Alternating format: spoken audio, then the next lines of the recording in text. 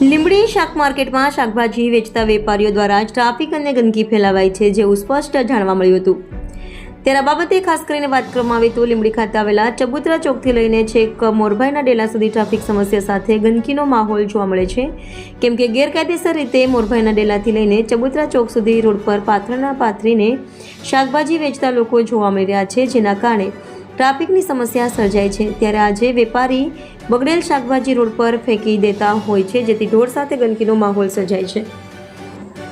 ત્યારે ખુદ આ શાકભાજી વેચતા લોકો કહે છે કે અહીંયા ગંદકી અને ટ્રાફિક સર્જાય છે અને દોષ તંત્ર ઉપર ઠાલવે છે। ત્યારે લીંબડી નગરપાલિકા દ્વારા કચરો વહન કરવા વાહન પણ ફાળવેલ છે, તેમ છતાં બગડેલી શાકભાજી આ લોકો રોડ પર ઠાલવી દેતા હોય છે। તો આ બાબતે શાકભાજી વેચતા લોકોને રોડ પાથરણા પાથરતા લોકોને તંત્રની મદદ કરવી જોઈએ કે નહીં, તંત્રનો વિરોધ। રિપોર્ટર કલ્પેશ પાડેર, સુરેન્દ્રનગર।